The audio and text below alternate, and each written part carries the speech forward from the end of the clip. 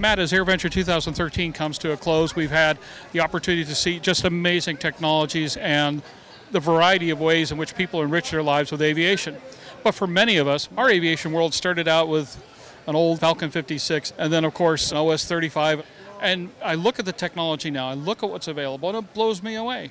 But I don't know if most of the folks in real aviation or full-scale aviation understand how sophisticated and how incredibly cost-effective these models have become.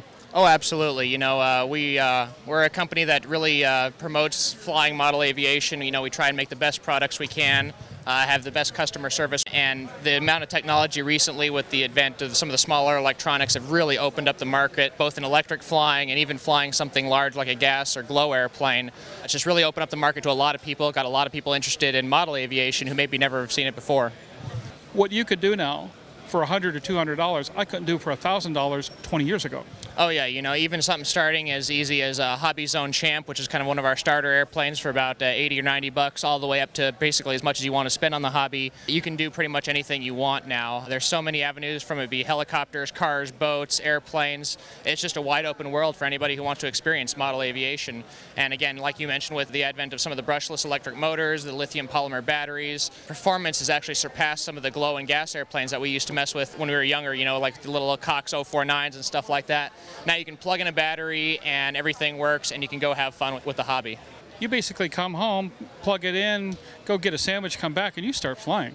Yeah, absolutely. You know, a lot of our products are either ready to fly or almost ready to fly. You pull it out of the box, it takes less time to assemble than it takes to charge the battery. And then with a lot of the foam technology that we've been able to incorporate, we've been able to do a lot of warbirds and scale airplanes that are very difficult to replicate with balsa wood and the traditional plastic covering. It just really opens up so many different options. I mean, there's just so many ways you can enjoy this hobby. You can always find something that'll get you excited about it. What are the trends right now? Where is this going? You know, truthfully, a lot of the trends we've seen in the industry are gyro stabilized models, which helps the smaller airplanes fly in a little bit of wind, a little bit of turbulence, makes them less susceptible to tip stalling and some of the previous problems that people have had learning how to fly. We've recently introduced a technology which we call SAFE, which is Sensor Assisted Flight Envelope, which has a couple different modes which actually limit how much you can pitch and roll, so you can't get into kind of that death spiral or get into a bad situation that you would previously with a trainer. Allows you to go out either on your own or go to your local flying field with an instructor and basically guarantee success with the hobby.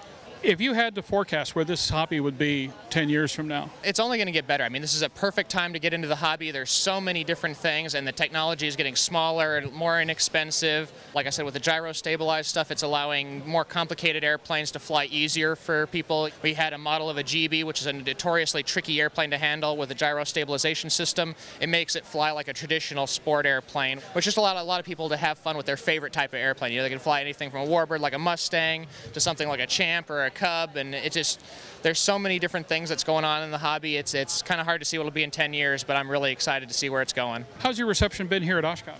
It's been fantastic. You know, a lot of people, being that this is a full-size air show, you know, are really interested in aviation to begin with.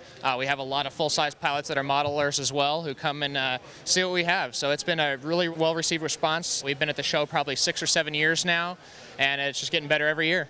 For somebody who's trying to get interested in this or wants more information, where do you find it? The best place to go would be our website, which is horizonhobby.com, and you can check out all our products, whether it be surface or air products, and just see what we got. We got a lot of neat stuff. Only have limited room in the booth here, so can only bring kind of our new stuff, but we have a wide variety of just about every type of airplane, helicopter that you can imagine. So check out the website and give it a try. Before I forget, some very good simulators, I might add.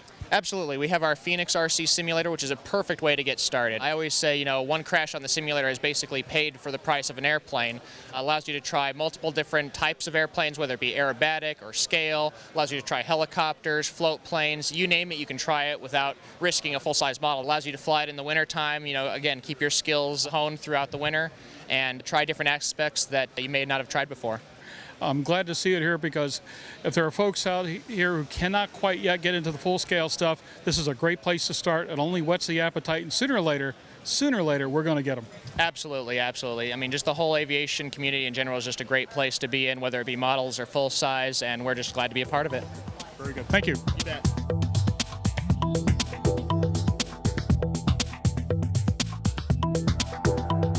Aero-TV is brought to you by Since the early days of powered flight, pilots have struggled with landing in crosswinds. In fact, crosswinds and wind gusts cause more landing accidents than fog, thunderstorms, and icing combined. That's where the Redbird X-Wind SE comes in. By placing pilots in gusty crosswind conditions for extended periods of time, the X-Wind SE gives instructors all the time they need to teach the pilot the proper techniques for landing in crosswind conditions. For more information on Redbird X-Wind SE and Redbird's entire line of flight training devices, visit www.redbirdflightsimulations.com.